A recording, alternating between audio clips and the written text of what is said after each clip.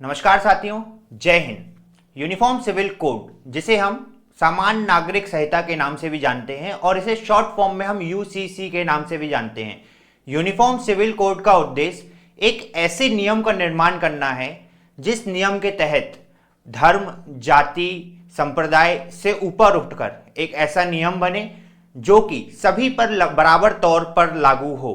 अभी तक भारत में मैरिज, तलाक, प्रॉपर्टी में हिस्सा, इन सभी को लेकर पर्सनल लॉ काम करते हैं जो कि हर धर्म के अलग अलग होते हैं।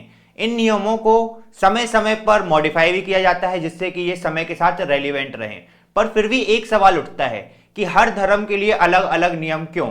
अगर देश एक है तो इन सभी चीजों के लिए एक नियम क्यों नहीं हो सकता? इसी को सॉल्व करता है यूनिफॉर्म सिविल कोड। भारत में आजादी के बाद पंडित जवाहरलाल नेहरू ने पहले इसे सामने लाया पार्लियामेंट के, पर उस समय का समाज उतना ज्यादा एडवांस नहीं था, उतना ज्यादा मॉडर्न नहीं था। इस कारण से पंडित जवाहरलाल नेहरू, जो कि हमारे प्रथम प्राइम मिनिस्टर थे, उनका विरोध पार्लियामेंट में हुआ और ये जो बिल है वो पास नहीं हो सका। उसके बाद समय के साथ धीरे धीरे आज 2024 में पहला स्टेट बना है उत्तराखंड, जिसने ये यूनिफॉर्म सिविल कोड पास किया है। इसकी क्या विशेषताएं हैं, क्या इस पर कमेंट्स आ रहे हैं, पॉजिटिव, नेगेटिव, पूरे वर्ल्ड मीडिया का इस पर क्या रिएक्शन है, ये सभी चीजें हम जानेंगे। साथ ही साथ हम ये भी जानेंगे कि इस नियम के आने से क्या बदलाव आया है ग्राउंड लेवल पर। पहले क्या थे नियम और अब क्या है, क्या बदलाव हुआ है, ये भी हम एक एक बात में जानेंगे कि चाहे वो प्रॉपर्टी को लेकर हो, चाहे वो हमारा शादी से रिलेटेड हो, चाहे वो तलाक से रिलेटेड हो, चाहे वो लिव इन रिलेशन से रिलेटेड हो। तो वीडियो बहुत ही इंफॉर्मेटिव होने वाला है, इस वीडियो को लास्ट तक जरूर देखिएगा। चलिए तो शुरुआत करते हैं। उत्तराखंड ने फर्स्ट स्टेट बन गया है इंडिया का यूनिफॉर्म सिविल कोड को लॉन्च करने वाला। 27 जनवरी 2025 को ये इंप्लीमेंट हो चुका है उत्तराखंड में। चीफ मिनिस्टर उत्तराखंड के पुष्कर सिंह धामी ने ये इंप्लीमेंट किया है 26 जनवरी रिपब्लिक डे के बाद, जस्ट बाद 27 जनवरी को। तो देखिए यूसीसी क्या है, मैंने आपको ऑलरेडी बताया। और यूसीसी में मैरिज, डाइवोर्स, इनहेरिटेंस, साथ ही साथ में लिव इन रिलेशन, ये सभी चीजें हैं। इसके अलावा चिल्ड्रंस के राइट्स को प्रोटेक्ट करता है, इक्वल प्रॉपर्टी राइट बांटता है, ये सभी चीजें इसके अंदर हैं। और अगर नियम ना मानने पर पेनाल्टीज भी इसके अंदर लगाई गई हैं। ये जो नियम है वो सभी रिलीजन में बराबर होंगे। साथ ही साथ इसी का लगाने से इसका सपोर्ट और क्रिटिसिज्म में भी बातें सामने आ रही हैं। जो शादी ब्याह होते थे, हमारे सामने क्वेश्चन आता है तो क्या उसका तरीका बदल जाएगा? नहीं, जिस प्रकार से पर्सनल लॉज के तहत शादी ब्याह होते थे वो होते रहेंगे, पर इसका रजिस्ट्रेशन मैंडेटरी है गवर्नमेंट के पास। उत्तराखंड गवर्नमेंट ने इससे रिलेटेड एक वेबसाइट भी निकाली है। आगे बढ़ते हैं और देखते हैं इसकी हिस्ट्री के। अगर मैं आपको बारे में बात करूं तो कैसे उत्तराखंड में ये जो है प्रपोजल आने के बाद से लेके इंप्लीमेंट तक हुआ। देखिए 2022 में मार्च में इसका प्रपोजल आया। बीजेपी लेड गवर्नमेंट ने ये अपनी पहली ही मीटिंग में चुनाव जीतने के बाद लाया, क्योंकि ये बीजेपी के मैनिफेस्टो में भी था कि जब हम चुनाव जीत के आएंगे तो हम उत्तराखंड में यूनिफॉर्म सिविल कोड लागू करेंगे। और उसी को देखते हुए पहली मीटिंग में ही मार्च 2022 में प्रपोजल आया। इसका प्रपोजल आने के बाद कमिटी बनी रंजना प्रकाश देसाई, जो कि सुप्रीम कोर्ट की फॉर्मर जज हैं, उनके नेतृत्व में एक कमेटी बनी। वो कमेटी बनी मई 2022 में।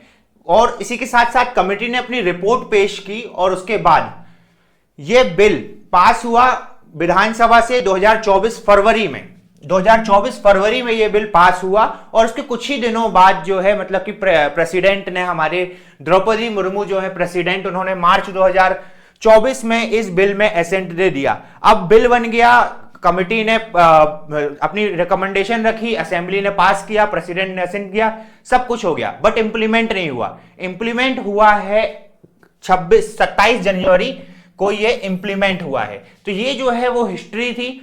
एक नाम यहां पे इंपॉर्टेंट है, रंजना प्रकाश देसाई, जो कि फॉर्मर सुप्रीम कोर्ट जज हैं, रिटायर्ड हैं। इनके नेतृत्व में कंपनी जो कमेटी बनी थी, अगर आपसे एग्जाम में आए तो याद रखिएगा, रंजना प्रकाश देसाई के कमेटी जो बनी थी यूनिफॉर्म सिविल कोड को लेकर बनी थी।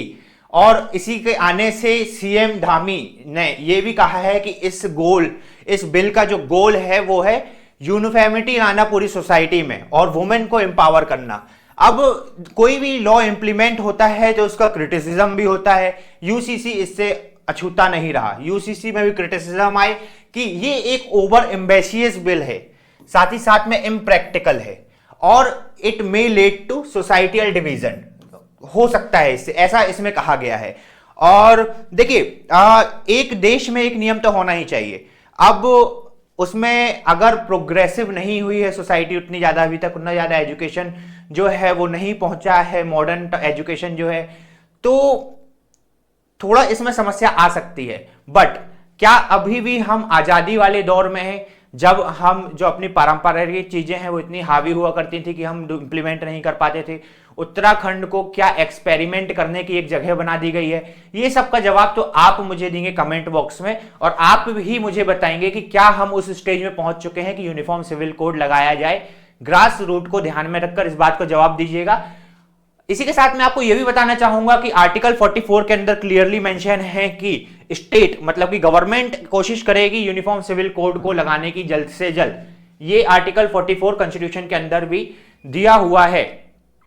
आगे बढ़ते हैं और कुछ मुद्दों में बात करनी जरूरी है, जैसे कि इसके आने से जमीन में क्या बदलाव हुए, कैसे उत्तराखंड जो है वो बाकी राज्यों से अलग हुआ और कैसे वहां पर लॉ अलग तरीके से काम करेंगे बाकी राज्यों से रिलेटेड में।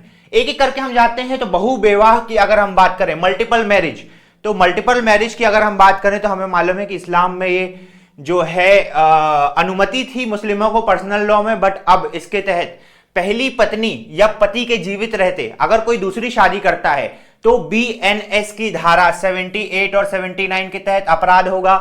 मुसलमानों को पर्सनल लॉ में इसकी अनुमति थी, अब नहीं है।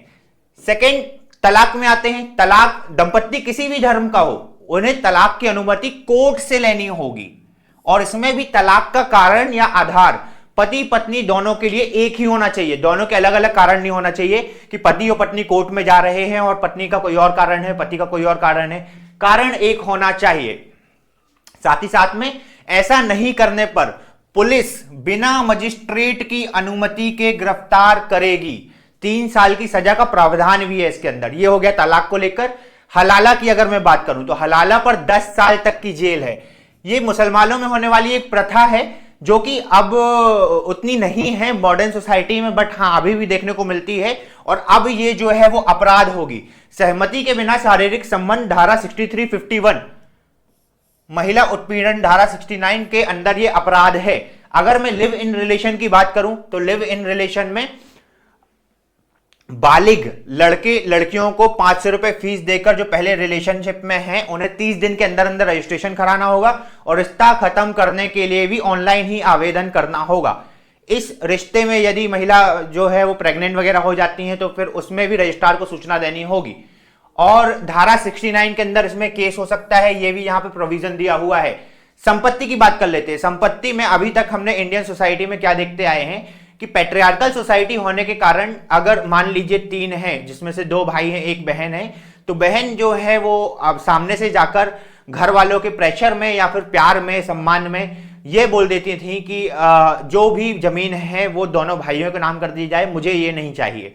और इसी के साथ साथ पैट्रियार्कल सोसाइटी होने के कारण दबाव भी एक रहता था जिससे कि बराबर में हिस्सा अभी तक नहीं बंटता था। अब मॉडर्न वे में अभी सब होने लगा है, बट एक और जहां पे हम इंडिया की बात करें तो एक और भारत भी है, और भारत के अंदर अभी भी ये प्रथाएं चलती आ रही हैं।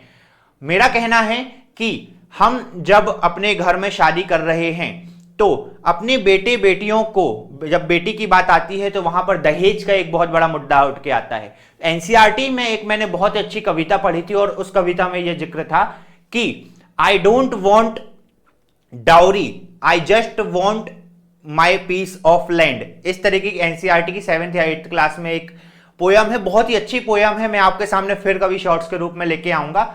अभी मैं जो रिकॉल कर पा रहा हूं उसमें क्लियर ये लिखा हुआ है कि मुझे डाउरी नहीं चाहिए, मुझे डाउरी की कोई जरूरत नहीं है, बस मुझे बराबरी का हक जो मेरा है, मेरा खुद का जमीन, वो मुझे दे दो। इस तरीके का कुछ है और अच्छी चीज है। बराबर का संपत्ति का हक, सभी धर्मों में माता पिता की संपत्ति बेटा बेटी का बराबर का हक होगा, विवाहित बेटी भी हकदार होगी और वसीयत पोर्टल पर फॉर्म भरकर हस्तलिखित या टाइप के रूप में होगी। इसी के साथ साथ अगला जो पॉइंट है, विशेष पुलिस टीम, यूसीसी के मामले में विशेष प्रशिक्षित पुलिस टीम देखेगी और इसके लिए हर जिले में एक विशेष पुलिस सेल बनाई जा रही है। मतलब कि नियम तो ला दिया गया, नियम तो पेपर में आ गया, इसको इंप्लीमेंट करने के लिए चाहिए एग्जीक्यूशन। एग्जीक्यूशन कैसे आया? एग्जीक्यूशन आता है एक स्ट्रक्चर से, यही स्ट्रक्चर यहां पे बनाया गया है कि हर जिले में एक पुलिस सेल बनाई जा रही है। और आगे बढ़ते हैं, हर शादी का रजिस्ट्रेशन इंपॉर्टेंट होगा। इसी के साथ साथ 60 दिन में रजिस्ट्रेशन नहीं हुआ तो 5,000 रुपए तक का जुर्माना। बाहरी को भी अनिवार्य, यदि कोई व्यक्ति बाहरी है और उत्तराखंड में बहुत लंबे समय से रह रहा है तो यूसीसी उसे भी मानना होगा। 18 से पहले शादी नहीं, धर्म कोई भी हो। लड़के के लिए शादी की न्यूनतम वर्ष उम्र 21 साल और लड़की के लिए 18 साल, धर्म कोई भी हो। अब 10वां इसमें जो अगला है वो है मुस्लिम गोद ले सकेंगे। अभी तक मुस्लिम्स को बच्चे पालन पोषण का अधिकार था, अब ये गोद भी ले सकेंगे, लेकिन बच्चा कंडीशन ये है कि दूसरे धर्म का नहीं होना चाहिए। साथ ही साथ में अब ये नियम तो बन गए, सब चीजें सामने आ गई, अब जिम्मेदारी किसकी है इसको इंप्लीमेंट कराने की? तो मैं आपको बता दूं, ग्रामीण क्षेत्र में एसडीएम की जिम्मेदारी और नगर निगम में आयुक्त रजिस्ट्रार होंगे। इनके ऊपर जो है स्ट्रक्चर बनता जा रहा है, तो इनके ऊपर रजिस्ट्रार जनरल होंगे जो सचिव के स्तर के अधिकारी होंगे। यदि शिकायत करने पर रजिस्ट्रार 30 दिन में कार्रवाई नहीं करते हैं तो वो ऑटो फॉरवर्ड होकर रजिस्ट्रार जनरल के पास पहुंच जाएगी। रजिस्ट्रार और सब रजिस्ट्रार के आदेश के खिलाफ अपील को रजिस्ट्रार जनरल को 60 दिनों में निपटाना होगा। ये भी एक यहां पे प्रोविजन आया है। साथ ही साथ में एक और इंपॉर्टेंट न्यूज सामने आई है कि उत्तराखंड के जो सीएम धामी हैं वो सबसे पहले नागरिक बन गए हैं अपनी विवाह को रजिस्टर करने के अंदर, यूसीसी के अंदर। और इसी के साथ साथ ucc.uk.in वेबसाइट है, इसमें जाके आप उत्तराखंड से हैं तो अपना भी रजिस्ट्रेशन कर सकते हैं। अब ये सारी चीजें सामने आई, यूनिफॉर्म सिविल कोड जो कि इंपॉर्टेंट है सोसाइटी में लागू करना सही समय पर, ये भी जरूरी है। अब इसमें वर्ल्ड मीडिया का भी कवरेज आ रहा है सभी जगह से। और एक जो चैनल है अल जजीरा, मिडिल ईस्ट का ये चैनल है, और वहां से खबर आई है कि India's BJP ruled Uttarakhand implement totally biased. तो देखिए, बायस्ड तो ये है ना, बायस्ड, इनको सबसे पहले इंटरनल मामलों में दूसरे देश से देखना नहीं था। हमारा देश में क्या हो रहा है क्या नहीं हो रहा है हम ये खुद देख सकते हैं। अगर आप खबर छाप रहे हैं तो आप ये छाप सकते हैं कि उत्तराखंड में ये लागू किया गया, इंडिया के, टोटली बायस्ड है, ये है, क्या है, वो नहीं है, वो सब हम डिसाइड कर लेंगे, हमारे देश के अंदर की बात है, ये सब हम डिसाइड करेंगे, आप डिसाइड करेंगे। आपका क्या कहना है इस नियम को लेकर? क्या ये नियम उत्तराखंड के साथ अभी जो लगा है, कहीं ये एक्सपेरिमेंट करने की जगह तो नहीं बना दी गई है उत्तराखंड को? ये आप मुझे कमेंट बॉक्स में बताएंगे। साथ ही साथ में उत्तराखंड में क्या ये इसलिए लगाया गया है कि बाकी राज्य इसका अनुसरण करके जो बाकी राज्य भी इंप्लीमेंट करना चाहेंगे? और आप मुझे ये भी बताएंगे अच्छे से सोच के कि उत्तराखंड, दिल्ली जैसी जगहों में अगर ये लागू कर भी दिया गया तो क्या उत्तर प्रदेश, बिहार और मध्य प्रदेश, झारखंड जैसी जगहों में इसे लागू किया जा सकता है? ये भी आप कमेंट बॉक्स में बताएंगे, सोच समझ के बताइएगा, डिटेल के साथ बताइएगा। डिस्कशन हम करेंगे इसके बाद का कमेंट बॉक्स में। जल्दी मिलता हूं आपसे अगले वीडियो के साथ। जय हिंद, जय भारत।